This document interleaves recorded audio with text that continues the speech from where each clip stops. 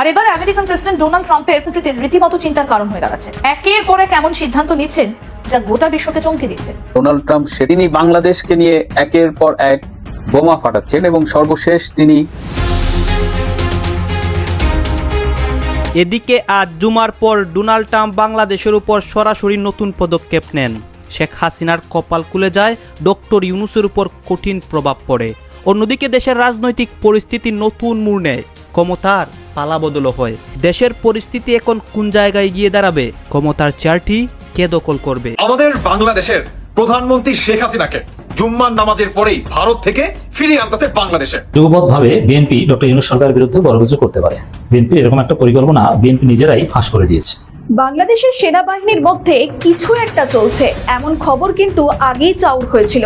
এবার সেনাপ্রধান ওয়াকারুজ্জামান তিনি দেশ ছেড়ে যখন আফ্রিকাতে গেলেন তখন এই বিষয়টা আরো বেশি করে জোরালো তৈরি হয়েছে যে সেনাপ্রধানকে সরিয়ে এবং তার জায়গায় দুই শীর্ষ কর্তাকে বসানো হবে, এমনটাই খবর উঠে আসছে। আর যিনি আমাদের উপদেষ্টা আছে উনি কি আমার পর্যন্ত চেষ্টা করে আইন শৃঙ্খলা ফিরাইতে পারবে না। দেশে আইন শৃঙ্খলার এমন অবনতি হবে যে ঘরে ঘরে অপরাধ সংগঠিত হবে। আমাদের সবার মধ্যে নিশ্চিতভাবে একটি প্রশ্ন তীব্র থেকে তীব্রতর হচ্ছে, সেটি হচ্ছে শেখ হাসিনাকে কেন্দ্র করে ভারত কি করতে চাইছে, শেখ হাসিনার পুনর্বাসনের জন্য ভারত কতটুকু কি করতে প্রস্তুত। কিন্তু শেখ হাসিনা তার বিভিন্ন সময়ে বিভিন্ন ধরনের অডিওতে আওয়ামী লীগের কর্মী সমর্থকদের উদ্দেশ্যে একটা বিষয় একটু জানতে চাইবো যে মোহাম্মদ ইউনূস শেখ হাসিনাকে কোথাও কি ভয় পাচ্ছেন শেখ হাসিনাকে? কারণ তার বিভিন্ন বক্তব্যগুলো ইতিমধ্যে যেভাবে সোশ্যাল মিডিয়াতে ছড়িয়ে পড়ছে, সেটাকে কি কোনোভাবে ভয় পাচ্ছেন মোহাম্মদ ইউনূস? আকাশ অন্ধকার, ভারী হয়ে আসছে অন্ধকার। দিল্লির আকাশের অন্ধকার এখন হাসিনার মাথার উপরে যে কোনো সময় ঝড় বয়ে আসতে পারে। বিশ্বব্যাপী আলোড়ন সৃষ্টি করছে। It was the way they withdrew. Perhaps the most embarrassing moment in the history of our country. হ্যাঁ, ডোনাল্ড ট্রাম্পের এই পদক্ষেপে সারা বিশ্বতে আলোড়ন সৃষ্টি করেছে।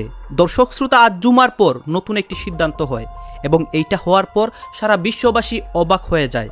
আপনারা সবাই জানেন বর্তমান বাংলাদেশের পরিস্থিতি, চারদিকের মধ্যে তাণ্ডব হচ্ছে, অশৃঙ্খল পরিস্থিতি চলতেছে। এই পরিস্থিতিকে কেন্দ্র করে ডোনাল্ড ট্রাম্প বাংলাদেশের উপর পদক্ষেপ নেয়। এখন কি হয়েছে এইটা দেখেই তো সারা বিশ্ববাসী অবাক হয়। গাইজ এইসব বিষয় পর্যালোচনা করে আমরা অনেক তথ্য পাই এবং ভিডিও পাই, সব কিছুই আপনাদের সামনে এক এক করে ধারাবাহিকলি তুলে ধরবো। ভিডিওর প্রথমে কিছু অংশ বিশেষ দেখেছেন, সেইগুলা দেখে তো আপনারা বুঝতে পেরেছেন যে আজকের ভিডিওটা ঠিক কী নিয়ে হতে যাচ্ছে। সেই ভিডিওগুলোর বাকি অংশটুকু আপনারা সম্পূর্ণ দেখবেন এবং ভিডিওর শেষে আপনাদের গুরুত্বপূর্ণ মন্তব্য করবেন। এর আগে প্লিজ কেউ বাজে মন্তব্য করবেন না। আপনাদেরকে আমি আবারও বলতেছি, আপনারা ভিডিওর শেষে মন্তব্য করবেন। এবং আপনাদের কাছে আমার একটা রিকোয়েস্ট থাকবে, দেশের সকল আপডেট নিউজগুলো সবার আগে পেতে আমাদের চ্যানেলটি সাবস্ক্রাইব করে রাখবেন এবং পাশে থাকা বেল আইকনটি বাজিয়ে যাবেন। প্রিয় দর্শক, আমাদের সবার মধ্যে নিশ্চিতভাবে একটি প্রশ্ন তীব্র থেকে তীব্রতর হচ্ছে, সেটি হচ্ছে শেখ হাসিনাকে কেন্দ্র করে ভারত কি করতে চাইছে, শেখ হাসিনার পুনর্বাসনের জন্য ভারত কতটুকু কি করতে প্রস্তুত। তবে কতটুকু কি করতে প্রস্তুত এটা তাদের সরাসরি কোনো মন্তব্যে কোনো ধরনের ইঙ্গিত পাওয়া যায়নি, সরাসরি মন্তব্যের মধ্যে অন্তত। কিন্তু শেখ হাসিনা তার বিভিন্ন সময়ে বিভিন্ন ধরনের অডিওতে আওয়ামী লীগের কর্মী সমর্থকদের উদ্দেশ্যে একটি বার্তা তো পৌঁছে দেওয়ার চেষ্টা করেছেন, তিনি যে কোনো সময় দেশের মধ্যে ঢুকে পড়বেন। কিভাবে ঢুকে পড়বেন? ভারতের সহযোগিতা ছাড়া কোনোভাবে এটি সম্ভব, অথবা তিনি যে আদৌ ঢুকতে পারবেন সেটি নিয়েও প্রশ্ন থাকতে পারে। কিন্তু ভারতকে চুপচাপ বসে আছে কোনো ধরনের পরিকল্পনা ছাড়া? শুধু প্রথমে এটুকু ইঙ্গিত দিয়ে রাখি, তার সঙ্গে নিয়মিত বৈঠক করছেন এমন দুজন ব্যক্তি, তা অনেকের কাছে অবিশ্বাস্য মনে হতেও পারে। প্রথমে যদি আমরা এটুকু ধরে নিই যে তিনি তো ভারতের রাজনৈতিক আশ্রয় এখনো পাননি, তিনি অতিথি হিসেবে রয়েছেন। এবং ভারত সরকার এটুকু রীতিমতো বিবৃতি দিয়ে জানিয়েছে যে শেখ হাসিনা যা বলছেন তা পুরোপুরি ইন্ডিভিজুয়াল ক্যাপাসিটিতে বলছেন। ইন্ডিভিজুয়াল মানে ব্যক্তিগত জায়গা থেকে বলছেন, ভারত এখানে কিছু করার নেই। তিনি মোবাইল ডিভাইস ইউজ করে অডিও বার্তায় অন্তত তিনি যুক্ত হতে পারছেন বিভিন্ন সমাবেশে আওয়ামী লীগের, কিন্তু ভিজুয়ালে পারছেন, এটা সত্য কথা। কিন্তু এটুকুই থেকেই সব শেষ হয়ে যাচ্ছে। পিনাক রঞ্জন চক্রবর্তী, বাংলাদেশ নিযুক্ত ভারতের সাবেক হাই কমিশনার, বিজেপি সরকারের থিঙ্ক ট্যাঙ্ক, তিনি বলছেন দীর্ঘদিনের পরীক্ষিত বন্ধু শেখ হাসিনাকে ভারত কিছুতেই কোনো বিপদের মুখে ঠেলে দিবে না, স্পষ্টভাবে জানিয়ে দিচ্ছে। এবং শুধু পিনাক রঞ্জন চক্রবর্তী নন, বিরোধী দল কংগ্রেসের শীর্ষ নেতারা পর্যন্ত তারা শেখ হাসিনাকে ভারতের বন্ধু ভাবেন এবং শেখ হাসিনা ছাড়া ভারতের কৌশলগত স্বার্থ সেটি বাংলাদেশ বা এই অঞ্চলে আর কোনোভাবে সম্ভব নয়, এটিও তারা বুঝিয়ে দিয়েছে। তাহলে এখন কি করছে? শেখ হাসিনার সঙ্গে কারা দেখা করছেন? তার একমাত্র কন্যা সাইমা ওয়াজেদ পুতুল, তিনি নিজেও দিল্লিতে থাকেন তিনি বিশ্ব স্বাস্থ্য সংস্থার দক্ষিণ পূর্ব এশিয়ার রিজিওনাল ডিরেক্টর। তার মায়ের সঙ্গে কবে দেখা করেছেন এটুকু আমরা জানি, কিন্তু একই ছাদের নিচে থাকতে পারছেন না। কেন থাকতে পারছেন না? তিনি তার নিজের দেশ থেকে, শেখ হাসিনা তার নিজের দেশ থেকে পালিয়ে যাওয়া একজন সাবেক প্রধানমন্ত্রী, আর বিশ্ব স্বাস্থ্য সংস্থার একজন প্রতিনিধি হিসেবে সাইমুল আজাদ পুতুলকে একসঙ্গে থাকতে দিতে পারে না। খুব স্বাভাবিক, কিছু নমস্ত থাকেই। এবং আর কাদের সঙ্গে তিনি বৈঠক করছেন সে বিষয়ে অনেকটাই ধারণা দিচ্ছেন দিল্লির অন্যতম কূটনীতিবিদ, সিনিয়র একজন কূটনীতিবিদ, যিনি পেশায় একজন সাংবাদিকও বটে, নয়নিমা বসু। তিনি বিবিসিকে বলছেন, নিশ্চিদ্র নিরাপত্তায় মরে রাখা হলেও শেখ হাসিনার সঙ্গে কিন্তু ভারতের সর্বোচ্চ রাজনৈতিক নেতৃত্বের মাঝে মাঝে দেখা সাক্ষাৎ হচ্ছে। তিনি বলছেন, শেখ হাসিনাকে অনেকবার সোশ্যাল মিডিয়াতে স্পিচ দেওয়ার একটা অ্যালাউন্স দেওয়া হয়েছে, এমন নয় যে উনি এখানে চুপ করে বসে আছেন। অর্থাৎ শেখ হাসিনা কিন্তু চুপ করে বসে নেই, তার রাজনৈতিক পুনর্বাসনের জন্য, আওয়ামী লীগের পুনর্বাসনের জন্য ভারত কি চুপ করে আছে?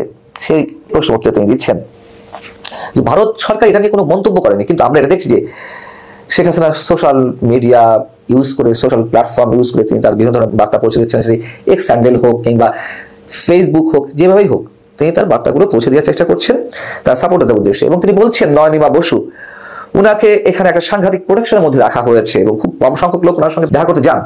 এবং এটাও জানি যে ভারতের প্রধানমন্ত্রী নরেন্দ্র মোদী আর national security adviser Ajit Doval, ওনারা দুজনেই শেখ হাসিনার সঙ্গে দেখা করেন। তিনি কিন্তু বলেননি দেখা করেছেন, একবার বা দুইবার দেখা করেন। তার মানে নিয়মিতই হয়তো অথবা মাঝে মধ্যেই দেখা করেন শেখ হাসিনার সঙ্গে। কিন্তু কখন করেন? গুরুত্বপূর্ণ কোনো পলিটিক্যাল ইস্যু থাকলে, সে কথাও তিনি উল্লেখ করেছেন। অর্থাৎ কম হোক বেশি হোক, প্রয়োজন মনে করলেই তার সঙ্গে বৈঠকগুলো হচ্ছে। আমরা কি ধরে নিতে পারি তাহলে আওয়ামী লীগের পুনর্বাসনের জন্য ভারত চেষ্টা করছে, এমনটাই তো? নইলে শেখ হাসিনাকে আশ্রয় দিয়ে রাখা হচ্ছে, এই পর্যন্তই শেষ, তার নিরাপত্তার প্রয়োজন এই পর্যন্তই শেষ, তাকে বন্ধু মনে করা হয়, তিনি ওখানে থাকছেন, নিরাপত্তা দেওয়া হচ্ছে, এই পর্যন্তই শেষ। কিন্তু অজিত দোভাল, যিনি জাতীয় নিরাপত্তা উপদেষ্টা এবং ভারতের বর্তমান প্রধানমন্ত্রী নরেন্দ্র মোদী, তার সঙ্গে গুরুত্বপূর্ণ যে কোনো ইস্যুতে দেখা করছেন, কথা বলছেন, বিষয়টা একেবারে হালকাভাবে উড়িয়ে দেওয়ার কোনো সুযোগ নেই। তবে শ্রী রাধা দত্ত,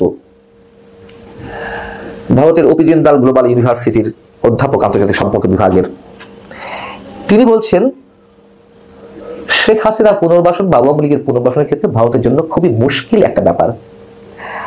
শেখ হাসিনা যতদিন থাকতে পারেন সেটিতে কারোর ক্ষেত্রে কোনো ধরনের বাধা নেই, কিন্তু রিহ্যাবিলিটেশনে একটা কথা উঠছে। তিনি বলছেন যে আমরা জানি না ভারত সরকার কি ভাবছে, আওয়ামী লীগের সেরকম একটা চেষ্টা থাকতেই পারে, আওয়ামী লীগ তো করবেই, তারা রাজনৈতিকভাবে পুনর্বাসিত হতে চাইবে, তারা ঘুরে দাঁড়াতে চাইবে, শেখ হাসিনা দেশে ফিরতে চাইবে, সবই স্বাভাবিক, সেটা তিনি বলছেন। কিন্তু ভারত কতটা তার পলিসির দিক থেকে এগিয়ে যাবে? ভারত এগোচ্ছে, যতক্ষণ যাওয়া সম্ভব ভারত এগিয়ে যাবে, এটি আমার কথা। আমি বারবার বলি, ভারতের সঙ্গে বাংলাদেশের যে প্রায় 4,500 বেশি কিলোমিটারের যে সীমান্ত, সেটি অরক্ষিত রেখে ভারত কখনো চুপ করে বসে থাকবে, অথবা সেটিকে সুরক্ষিত রাখতেই ভারত এখনো পর্যন্ত আওয়ামী লীগের বিকল্প কাউকে পাচ্ছে না। এখন যে কথাগুলো উঠছে, শেখ হাসিনা দেশের মধ্যে ফিরবেন, কিভাবে ফিরবেন, কোন প্রক্রিয়া ফিরবেন, তিনি আবার প্রধানমন্ত্রী হয়ে ফিরবেন, নাকি শুধু রাজনীতি করতেই ফিরবেন, নাকি জেলে যাওয়ার জন্য ঢুকবেন? যতই দিন গড়াচ্ছে, 5ই আগস্ট শেখ হাসিনার যে পতন হয়েছিল, সে পতন সম্পর্কে নানান তথ্য সামনে আসছে। বিশেষ করে আপনার জাতিসংঘের একটা বড় ধরনের ভূমিকা ছিল এই 5ই আগস্টে। আজকে আপনার জাতিসংঘের মানবাধিকারের যিনি হাই কমিশনার আছেন, ভলকার তুর্ক, তিনি যে তথ্য দিয়েছেন, এই তথ্য অনেকটা চমকে দিয়েছে সারা বাংলাদেশকে। আমরা ঠিক 4ই আগস্ট থেকে বাংলাদেশ সেনাবাহিনী বা 3 আগস্ট থেকে একটা পরিবর্তিত ভূমিকা দেখেছিলাম। এর পেছনে বেশ কিছু কারণ ছিল। আমরা জানতাম যে আমাদের জুনিয়র অফিসাররা, তারা সিনিয়রদের অনেক অর্ডার অন্যায্য সেটা মানতে নারাজ পোষণ করছিলেন, যে না, আমরা জনগণের বুকে গুলি চালাবো না। কারণ এই আন্দোলনকে দমন করার জন্য সরকারের পক্ষ থেকে কিন্তু সব ধরনের প্রচেষ্টা চালানো হয়েছে। ইভেন 4ই আগস্ট সেনাপ্রধান সহ বেশ কয়েকটা সংস্থার ঊর্ধ্বতন নেতাদের সাথে বা যারা কর্মকর্তারা আছেন তাদের সাথে স্বরাষ্ট্রমন্ত্রী তৎকালীন প্রেক্ষাপটের আসাদুজ্জামান খান কামাল, শেখ হাসিনা সহ বেশ কয়েকটা বৈঠক হয়েছিল। সর্বশেষ নির্দেশনা ছিল যে কোনো মূল্যে আন্দোলনকে নাকি দমন করতে হবে। নির্দেশনা এমনও ছিল, ইভেন সেনাপ্রধান আশ্বস্ত করেছিলেন। কিন্তু হঠাৎ করেই 4ই আগস্ট থেকে সেনাবাহিনীর বিপরীতমুখী একটা ভূমিকা তৈরি হয়েছিল। এবার এই যে বিপরীতমুখী ভূমিকাটা, সেটা কেন? শুধুই কি জনগণের কথা চিন্তা করে সেদিন সেনাবাহিনী ক্ষান্ত হয়েছিলেন? এর বাহিরে কোনো চাপ ছিল? জি, চাপ ছিল। গত বছরের জুলাই আগস্টের আন্দোলনের সময় সেনাবাহিনীকে সতর্ক করেছিল জাতিসংঘ। আন্দোলনে দমনের পথে গেলে, মানে যে আন্দোলনটা ছিল ছাত্র জনতার, যদি এই আন্দোলনকে দমনের চেষ্টা করে সেনাবাহিনী, তাহলে সেনাবাহিনীর জন্য যে শান্তি রক্ষা মিশন, সেই মিশনে অংশগ্রহণ বন্ধ হয়ে যাবে, এমন একটা বার্তা ছিল জাতিসংঘের কাছ থেকে।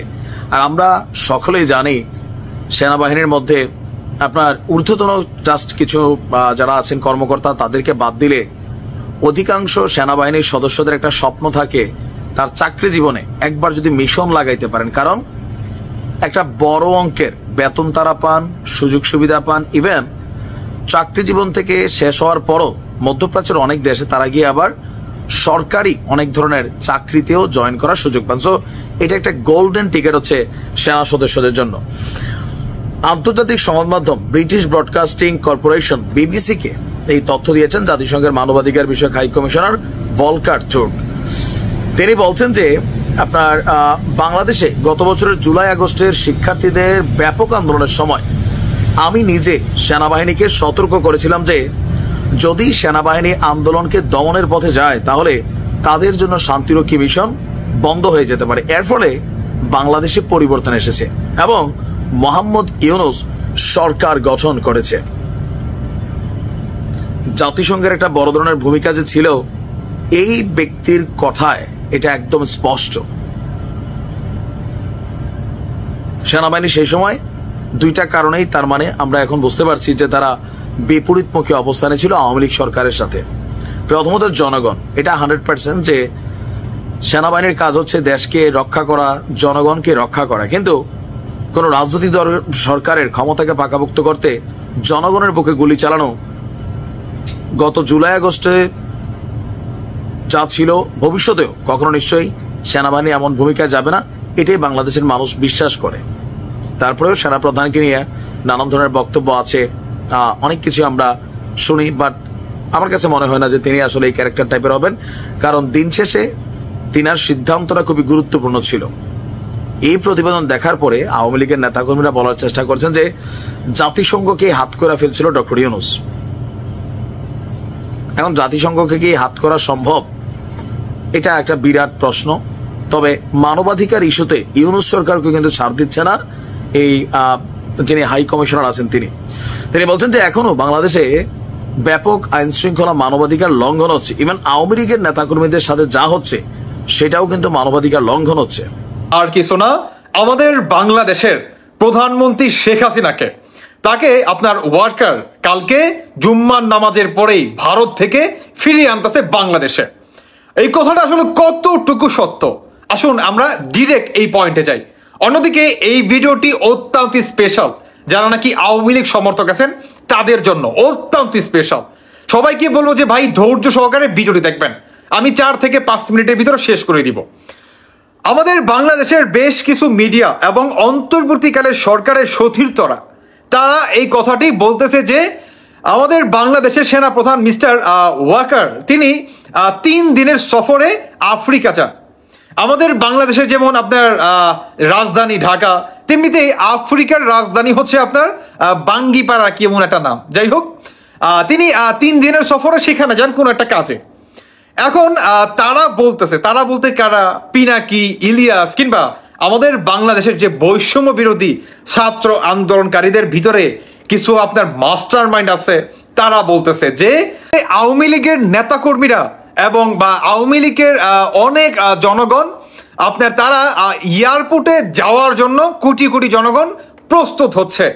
এদেরকে আটকাতে হলে আমাদেরকে বড় একটি আন্দোলন করে বা বড় একটি ছাত্র সমাবেশ করে এদেরকে প্রতিরোধ করতে হবে, যাতে কোনোভাবেই বাংলাদেশের সেনা প্রধান মিস্টার ওয়াকার কোনোভাবেই যাতে শেখ হাসিনাকে বাংলাদেশে ফেরাতে না পারে। এই কথাটা আসলে কতটুকু সত্য বলেন তো? এই কথাটা আসলে কতটুকু সত্য? আমি দেখতেছি যে বাংলাদেশের বেশ কিছু মিডিয়া, বিশেষভাবে আপনার এই ইনাকি পিনাকি বা যে সমস্ত জঙ্গিবাদীরা আছে, তারা আপনার এই কথাটা অনেক গুরুত্ব সহকারে বলতেছে যে সেনা প্রধান হঠাৎ করে তিনি আফ্রিকা 3 দিনের জন্য ভ্রমণ করলেন, যেখানে ইন্ডিয়া থেকে প্রতিনিয়ত শেখ হাসিনাকে বাংলাদেশে হুট করে ফেরাবে বলে হুমকি দুমকি দিয়ে যাচ্ছে। আর হঠাৎ করে এমন টাইমে সেনা প্রধানের সফরটা কি আসলেই সন্দেহজনক, কিংবা এই বৈষম্য বিরোধী বা জঙ্গিবাদী যারা আছে এদের শরীরে কাল ঘাম ছুটে গেল? আসুন এই বিষয়ে কথা বলি। সবার আগে আমি বলবো যে এটা একটা ডাহা মিথ্যা কথা। কেন মিথ্যা কথা? এটি হচ্ছে এরা বলতে কারা? এই বৈষম্য বিরোধীরা বা আপনার এই পিনাকি বা দেশ বিরোধী যারা করতেছে তারা। কেন ছড়াচ্ছে? কারণ এই কথাটা যখন নাকি ছড়াবে তখন আওয়ামী লীগের আপনার বেশ কিছু নেতা কর্মীরা তারা কি আপনার রাস্তায় নামবে এবং তাদেরকে গ্রেফতার করবে। কে গ্রেফতার করবে? আমাদের বাংলাদেশের সেনাবাহিনী, পুলিশ বাহিনী বা আদার্স যে বাহিনী আছে তারা। আওয়ামী লীগকে ধরার একটা মাস্টার প্ল্যান, যে এই ধরনের একটা কথা যদি সমন্বয়কারীরা ছড়ায় কিংবা এই ইনাকি পিনাকি ইলিয়াস এরা যদি ছড়ায়, তাহলে আপনার আওয়ামী লীগের জনগণ তো খুব বা দেশের মানুষ তো খুব ভালোভাবে এটা বিশ্বাস করবে, এবং আওয়ামী লীগের যে সমস্ত নেতাকর্মীরা, জনগণ যারা নাকি পলাতক আছে, বিশেষ করে নেতাকর্মীরা, তারা যাতে গর্ত থেকে বের হয়ে আসে, এটার জন্যই তারা এই ধরনের একটা টুপ দেয়। তো আমি বলতে চাই যে ভাই, এটা ডাহা মিথ্যা কথা, এই কথায় কেউ কান দিবেন না প্লিজ। আর কেউ মাঠে ঘাটে নাইমা যায়েন না। শেখ হাসিনা কালকে দেশে আসতেছে না, যদি আসে আর যাই হোক আমার আগে ইনশাল্লাহ আশা করি আপনারা জানতে পারবেন, কিংবা আমি যদি জানতে পারি আপনাদের আগে, আশা করি আপনাদের আগেই জানতে পারবো। লিগ্যাল ইনফরমেশনটা আমি আপনাদেরকে জানিয়ে দিব। কিন্তু কালকে দেশে আসতেছে না, এটা 100% সত্যি কথা। বর্তমান বাংলাদেশের চারদিকে এই কথাটা কিন্তু ছড়িয়ে যাচ্ছে।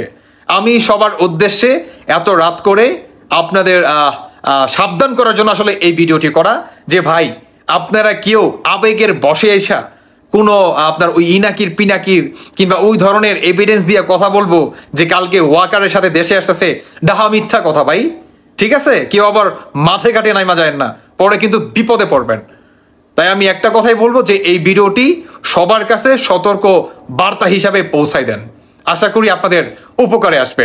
যাই হোক, এই জঙ্গিবাদীদের এই টুপ আমরা সফল হতে দেব না, এদের এই মনের আশা আমরা কখনোই সফল হতে দেব না ইনশাল্লাহ। তাই বলবো কেউ মিথ্যা কথায় কান দিবেন না, বিশেষ করে এই ধরনের জঙ্গিবাদীদের কথায়। যাই হোক দর্শক বন্ধুরা, আপনাদের ব্যক্তিগত মতামত অবশ্যই জানিয়ে যাবেন, আর এর সাথে আপনারা নিজেরাও সাবধানতার অবলম্বন করবেন। গেল কয়েকদিন আগে ছাত্রদের যে জাতীয় নাগরিক পার্টির আত্মপ্রকাশ ঘটেছে, এই দলটির একদম কি পয়েন্টে যিনি বসে আছেন, নাহিদ, জুলাই অভ্যুত্থান থেকে উপদেষ্টা থেকে সরাসরি একদিন পরেই তিনি দলটির প্রধান, মানে প্রধান পদেই তার লাইফের এই সময়টা অতিবাহিত হচ্ছে। গতকালকে একটা টক শোতে বিএনপির একজন ঊর্ধ্বতন নেতার একটা বক্তব্য শুনছিলাম। কোথাও না কোথাও আমার বিশ্বাস হালকা হালকা হচ্ছে যে আসলে কি বিষয়টা এরকম। কেউ কেউ বলছেন যে একটা পরিকল্পনা করে পদত্যাগ করেছেন আপনার নাহিদ। তো পরিকল্পনা দলটির প্রধান হিসেবে দায়িত্ব না, শুধু তা না, নির্বাচন যেন এই বছর হতে না পারে, মাঠ পর্যায়ে রাজনৈতিক দল গঠন করে সেটাকে সরকারের জন্য একটা চ্যালেঞ্জ হিসাবে দাঁড় করানোর একটা পরিকল্পনা আছে বলে বিএনপি মনে করছে। এই মুহূর্তে ছাত্রদের এই নতুন দলটি বা তাদের নেতারা এমন এমন বক্তব্য দিচ্ছেন, কারো কারো বক্তব্য একদম ফ্যাসিস্ট আকারে চলে যাচ্ছে, মুখে আনতে দিব না, এটা গণতন্ত্রের ভাষা হতে পারে না। যাই হোক, এখন এই ধূপে টিকবে না, সার্জিস যে বক্তব্য দিচ্ছে এটা টিকবে না। তাহলে টিকার জন্য কোনটা দরকার? যে আসলে কি ইউনূস সরকার একটা নির্বাচন করার মতন দেশে পরিস্থিতি আছে? আইন শৃঙ্খলা মানে কি কন্ট্রোলে আছে? না। এখন এই যে আইন শৃঙ্খলা কন্ট্রোলে নাই, এটার ফায়দা কারা নিচ্ছে? কেউ কেউ বলছেন যে এটার ফায়দা জাতীয় নাগরিক পার্টি তারা নিচ্ছে। কিভাবে নিচ্ছে? আসেন, নির্বাচন নিয়ে সারা বাংলাদেশে যখন একটা জোয়ার উঠছে বা বিএনপি চাচ্ছে, আম জনতার মধ্যে অধিকাংশ মানুষ চাচ্ছে একটা নির্বাচন হোক, কিন্তু সেই নির্বাচনকে কোনোভাবেই শেখ হাসিনার বিচারের আগে, ফাঁসির আগে হইতে দেবে না। এটা কি একদিনের কোনো ব্যাপার? এক্সিকিউশন, প্রসেসিং, বিচারের নানান ধাপ, অ্যাপিলিং, এগুলা করতে করতে ভাই মোটামুটি 15-20 বছর লেগে যাবে। এখন এই যদি এই সিস্টেমে হাঁটে তাহলে তো আগামী 15 বছর এই ইউনূস ক্ষমতায় থাকবেন, ছাত্রদের পার্টি ফুইলা ফাইপা কলাগাছ হবে, সুযোগ বুঝা তাদের হাতে ক্ষমতা দিয়া ইউনূস হয়তো পদত্যাগ করবেন। বিষয়টা বিএনপি এরকমই মনে করছে। এখন কেন নির্বাচন হওয়া যাবে না? যৌক্তিক একটা ব্যাখ্যা দিচ্ছেন নাহিদ, কিন্তু তার বক্তব্যটাকে বিএনপি কাউন্টার করছে অন্যভাবে। তিনি বলছেন চলতি বছর সাধারণ নির্বাচন অনুষ্ঠান করা কঠিন হবে। কেন কঠিন হবে? কারণ দেশের আইন শৃঙ্খলা পরিস্থিতি ভালো না। এখন বিএনপির নেতা যারা, তারা মনে করছেন তার মানে সরকারই চাচ্ছে না আইন শৃঙ্খলা পরিস্থিতির উন্নতি হোক। একটা দোহাই দেওয়া যাচ্ছে, সংস্কার না। সংস্কার মানুষের কাছে একটা ওয়ার্ড হয়ে গেছে, লাইক আওয়ামী লীগের সময় উন্নয়ন টাইপের, আর ইউনূস সরকারের সংস্কার এগুলো পাবলিকের কাছে এক ধরনের খেলাধুলামূলক শব্দে পরিণত হয়েছে, তাই না? খেলা হবে টাইপের। তো প্রকৃত প্রেক্ষাপট আমরাও যেটা বলতেছিলাম এতদিন যাবত, যে এই সরকারের অধীনে একটা জাতীয় সংসদ নির্বাচন করার জন্য যে আইন শৃঙ্খলা পরিস্থিতিকে কন্ট্রোলিং করা দরকার, ডক্টর ইউনূস কি পারছেন? প্রতিদিন মব জাস্টিস হচ্ছে, কথিত গ্রেপ্তার হচ্ছে, পরের দিন জামিনও হয়ে যাচ্ছে। এই সিচুয়েশনে এই সরকার কি আসলে নির্বাচনটাকে দিতে পারবেন এবং মাঠটাকে সামলাইতে পারবেন? 95% মানুষের মনে সন্দেহ পারবে না। আর এই যে পারবে না, এই ইস্যুটাই জাতীয় নাগরিক পার্টির জন্য আশীর্বাদ। নাহিদ বলছে সরকার আইন শৃঙ্খলা পরিস্থিতি গত 7 মাসে কন্ট্রোল করতে পারে নাই, তো তুমিই তো সরকারে ছিলা। বিএনপি বলছে কেন পারে নাই? কারণ সরকার চায় না। যদি আইন শৃঙ্খলা পরিস্থিতি কন্ট্রোল হয় তখন আরো চাপ বাড়বে যে হ্যাঁ পরিবেশ শান্ত, সবকিছু ওকে, এবার নির্বাচন দেন। বিভিন্ন জায়গায় মব জাস্টিস হচ্ছে, চুরি ডাকাতি হচ্ছে, লুটপাট হচ্ছে, পুলিশ কাজ করছে না, ফাংশন করছে না। কেউ কেউ বলছেন পুলিশকে তো ফাংশন করতে দেওয়াই হচ্ছে না, তাদের মাথার উপর একটা করাত ঝুলাই রাখা হয়েছে, বেশি কিছু করতে গেলে তুমি ফেসিস্টের দোষর, চাকরি হারাবা। কেউ কেউ বলছেন যে এটা পরিকল্পনা করে তিনি পদত্যাগ করেছেন। একজন রিয়াল পলিটিশিয়ান যেমন করার কথা।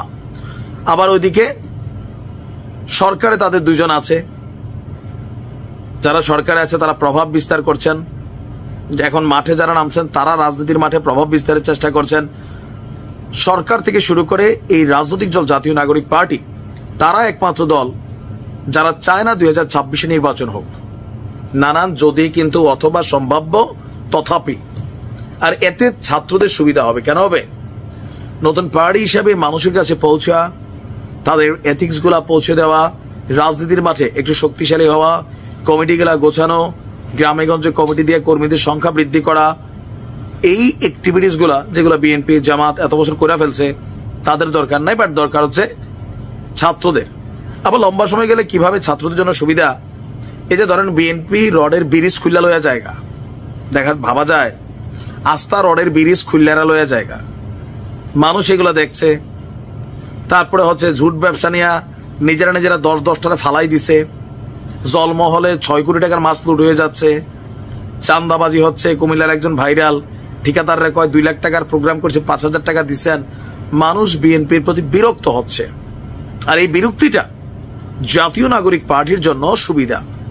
সার্জিস ইফতারের সময় বলতেছে একজন রিক্সাওয়ালারে মার্কা দেখা ভোট দেওয়া যাবে না। আমাদের বড় রাজনৈতিক দলগুলো জানে যখন নির্বাচন হয় এই নৌকা, ধানের শীষ, দাঁড়িপাল্লা, এগুলোর একটা ফ্লো ক্রিয়েট হয়। সবকিছু মিলিয়ে কেউ কেউ বলার চেষ্টা করছেন যে পদত্যাগের আগেই মাস্টার প্ল্যান করে আসছিল নাহিদ ডক্টর ইউনূসের সাথে মিলা। বাট এই কথাগুলোর আবিধানিক কোনো প্রমাণ নেই, কোন রকম কিছুই নাই। এখন বিএনপি তাদের রাজনৈতিক বক্তব্য দিবে, আর তারা তো এখন আর ছাত্র না, রাজনৈতিক দল। এতদিন তারা জাতীয় নাগরিক পার্টি, বৈষম্য বিরোধী, এগুলার কিন্তু বলার সুবিধা নাই। একটা পলিটিশিয়ান দল হিসাবে তাদেরকে একজন পলিটিক্যালি আমরা মানে কথা বলবো, সমালোচনা হবে, আলোচনা হবে, এগুলা মাইনে নিতে হবে। যেটা শেখ হাসিনা মানে নাই, তার বিরুদ্ধে যখন মানুষ সমালোচনা করতো, দ্যাটস ওয়াই 5ই আগস্ট ছিল। দিন শেষে কি ঘটবে জানি না, তবে আইন শৃঙ্খলা পরিস্থিতির এই যে অবনতি, তার মানে বিএনপির যে নেতা এই কথাটা বলছিলেন, দীপ্ত টিভিতে একটা প্রোগ্রামে মনোযোগ দিয়ে শুনছিলাম, পরে মনে হলো যে আসলেই তো বিষয়টা এরকম। এটাতে লাভ আইন শৃঙ্খলা পরিস্থিতি উন্নতি হলে ইউনূস সরকারের লাভ নাই, সরি মানে ইউনূস সরকারের লাভ আছে, জাতীয় নাগরিক পার্টির লাভ নাই। আবার জাতীয় নাগরিক পার্টির যেহেতু বসই হচ্ছেন পেছন থেকে এই উপদেষ্টা প্যানেল পুরাটাই ছাত্রদের মানে এই জাতীয় নাগরিক পার্টি মুখী, তো সেখান থেকে ফয়দাটা কার হবে? বিপদে পড়বে বিএনপি, জামাতও কিছুটা, দুধের দোয়া তুলসী পাতা জামাতও না, বিভিন্ন জায়গায় এদেরও কিন্তু অপকর্ম সামনে আসছে কিনা আসা শুরু হয়েছে। বিএনপির 100-এ তাদের 10ও হচ্ছে, তো ছাত্রদেরকে হচ্ছে না, এদেরও হচ্ছে। চান্দাবাজি বিভিন্ন জায়গায়, মব জাস্টিস, এই যে গণতান্ত্রিক ছাত্র সংসদ, দেখা গেল যে মবের উস্কানিদাতা এদের মধ্যেই। তবে ফাইনালি এটার ফলটা খাবে জাতীয় নাগরিক পার্টি। তবে বিএনপি বলছে যে বিষয়টা কিন্তু এরকম না, এক মাঘে শীত যায় না। বিএনপি মাঠে নামলে ডক্টর ইউনূস তিনি হচ্ছেন শক্তের ভক্ত নরমের জম, এমনটাই মনে করছেন যে ছাত্ররা এটা হুঁশিয়ারি দিলে তিনি সিদ্ধান্ত বদলান। বিএনপি মাঠে নেমে হুঁশিয়ারি দিলে তখন খেলা জমবে। শেখ হাসিনার সঙ্গে ভারতের প্রধানমন্ত্রী নরেন্দ্র মোদী এবং নিরাপত্তা উপদেষ্টা, যাকে ভারতের সব থেকে শক্তিশালী মানুষ হিসেবে, সব থেকে পাওয়ারফুল মানুষ হিসেবে ট্রিট করা হয়, সেই অজিত দোভালের নিয়মিত সাক্ষাৎ হচ্ছে। অজিত দোভালের সঙ্গে শেখ হাসিনার যে সাক্ষাৎ হচ্ছে, এর আগে হয়েছে ভারতের পররাষ্ট্র বিদেশ মন্ত্রী, তার সঙ্গে সাক্ষাৎ হয়েছে। এটা খুব একটা নতুন খবর না, এটা পুরনো খবর। কিন্তু বিবিসি বলছে এবং বাংলাদেশের অন্যতম প্রধান গণমাধ্যম মানবজমিন বলছে নরেন্দ্র মোদীর সঙ্গেও শেখ হাসিনার সাক্ষাৎ হচ্ছে। বিবিসি বলছে শেখ হাসিনাকে এমন একটা জায়গায় রাখা হয়েছে নিরাপত্তার কারণে, যেটা এখন পর্যন্ত কোনো গণমাধ্যম নিশ্চিত হতে পারেনি। এর আগে আমরা বিভিন্ন তারকাদের পেছনে পাপারাজ্জিদের ছুটে বেড়াতে দেখেছিলাম। পাপারাজ্জিরা বিভিন্ন তারকার গোপন ছবি, গোপন কর্মকাণ্ড ক্যামেরায় ধারণ করার জন্য দিনের পর দিন, বছরের পর বছর লেগে থাকতেন, এবং যদি অবশেষে কোনো একটা গোপন ছবি পেয়ে যেতেন, তা সেই ছবিটার মূল্য আকাশচুম্বী মূল্য হতো। এবং পাপারাজ্জিদের সেই কর্মকাণ্ড নানাভাবে আলোচিত হয়েছে। আমরা প্রিন্সেস ডায়ানার পেছনে পাপারাজ্জি ঘুরে বেড়ানোর খবরও জানি। ডায়ানার ব্যক্তিগত বহু ছবি পাপারাজ্জিরা প্রকাশ করে দিয়েছেন। কিন্তু শেখ হাসিনা কোথায় রয়েছেন সেটার পেছনে এখন পর্যন্ত কোনো মিডিয়া অনুসন্ধান করতে পারেনি। ভারত সরকার তাকে এতটাই গোপন একটা জায়গায় রেখেছে যে মিডিয়া এখন পর্যন্ত নিশ্চিত নয় যে শেখ হাসিনা ঠিক এই জায়গাতেই আছে। বিভিন্ন সময় বিভিন্ন গণমাধ্যম নানা রকম কথা বলেছে, এখানে আছে, ওখানে আছে, এখানে ট্রান্সফার করা হলো, এখানে চলে গেলেন, এরকম বলেছেন বটে, কিন্তু নিশ্চিত করে কেউ বলতে পারেননি। কংক্রিটলি কোনো ছবি, ভিডিও এখন পর্যন্ত কেউ প্রকাশ করতে পারেননি যে শেখ হাসিনা এই জায়গায় অবস্থান করছেন।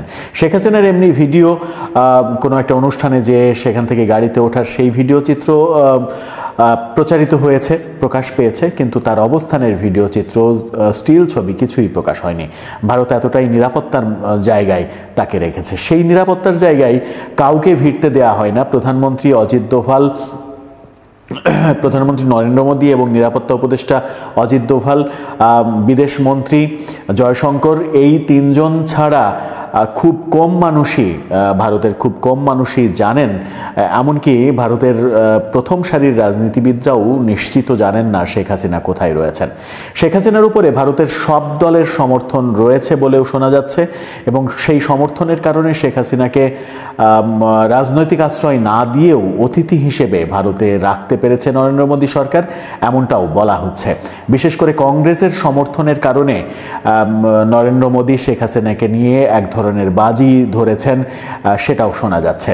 নরেন্দ্র মোদী যদি শেখ হাসিনার সঙ্গে নিয়মিত বৈঠক করে থাকেন, তাহলে সেটা কোন দিকে যাচ্ছে সেটা একটা গুরুত্বপূর্ণ বিষয়। তার মানে হচ্ছে তাদের মধ্যে নিয়মিত যোগাযোগ হচ্ছে, কর্মকৌশল নিয়ে আলোচনা হচ্ছে। শেখ হাসিনা এরই মাঝে বিভিন্ন অনলাইন প্ল্যাটফর্ম, অনলাইনে বিভিন্ন নেতাকর্মীর সঙ্গে মিটিং, বক্তব্য দেয়া, এই ব্যাপারগুলো করছে। এই ব্যাপারে ভারতের সমর্থন রয়েছে। ভারত যদিও বলেছে এটা তার ব্যক্তিগত বিষয়, এখানে ভারতের করণীয় কিছু নেই, কিন্তু বিবিসি এবং মানবজমিন, বিশেষ করে বিবিসি যখন ফাঁস করলো যে প্রধানমন্ত্রী নরেন্দ্র মোদীর সঙ্গে শেখ হাসিনার নিয়মিত দেখা সাক্ষাৎ হচ্ছে, তখন বিবিসি এটাও বলছে যে সাইমা ওয়াজেদ পুতুল তিনি দিল্লিতে অবস্থান করছেন, কারণ তিনি বিশ্ব স্বাস্থ্য সংস্থার দক্ষিণ এশীয় অঞ্চলের প্রধানের দায়িত্ব পালন করছেন।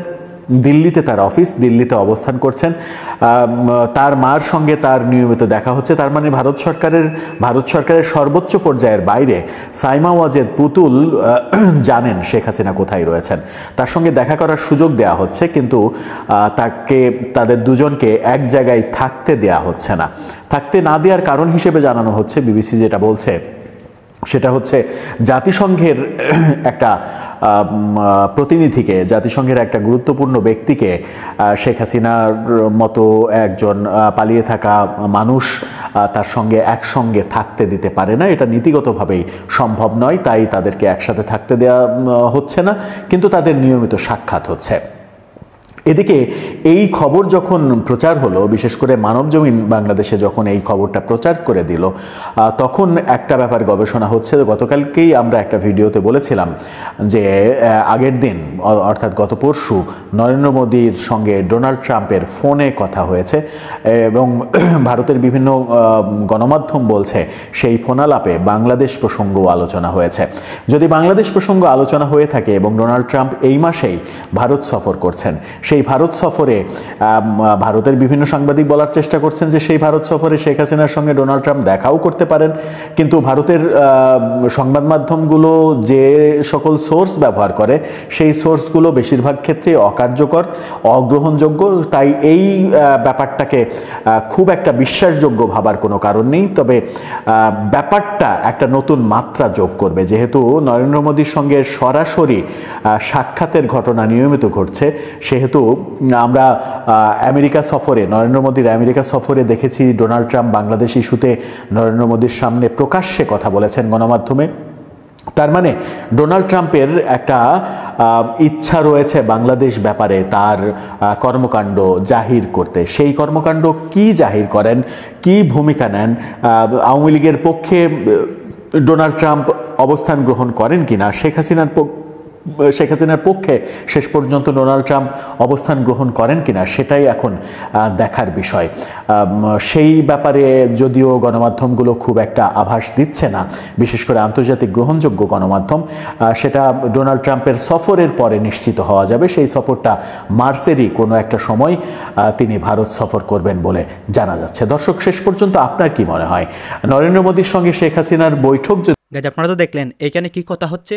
অনেকেই কিন্তু অনেক কথা বলতেছে, অনেকে আলোচনা করে, অনেকে সমালোচনা করে। বিশেষ করে বাংলাদেশের বিভিন্ন রাজনৈতিক প্রেক্ষাপট নিয়ে অনেকে অনেক কথা বলে, যে দেশের পরিস্থিতিটা কোন দিকে যাচ্ছে, রাজনৈতিক প্রেক্ষাপট কখন কি, মানে কোন জায়গায় কি হচ্ছে। অন্যদিকে ডক্টর ইউনূসকে নিয়ে কথা হয়, ডোনাল্ড ট্রাম্পের বিষয়ে কথা হয়, আবার সেনাপ্রধান বলেন, সব কিছু নিয়েই কিন্তু কথা হচ্ছে।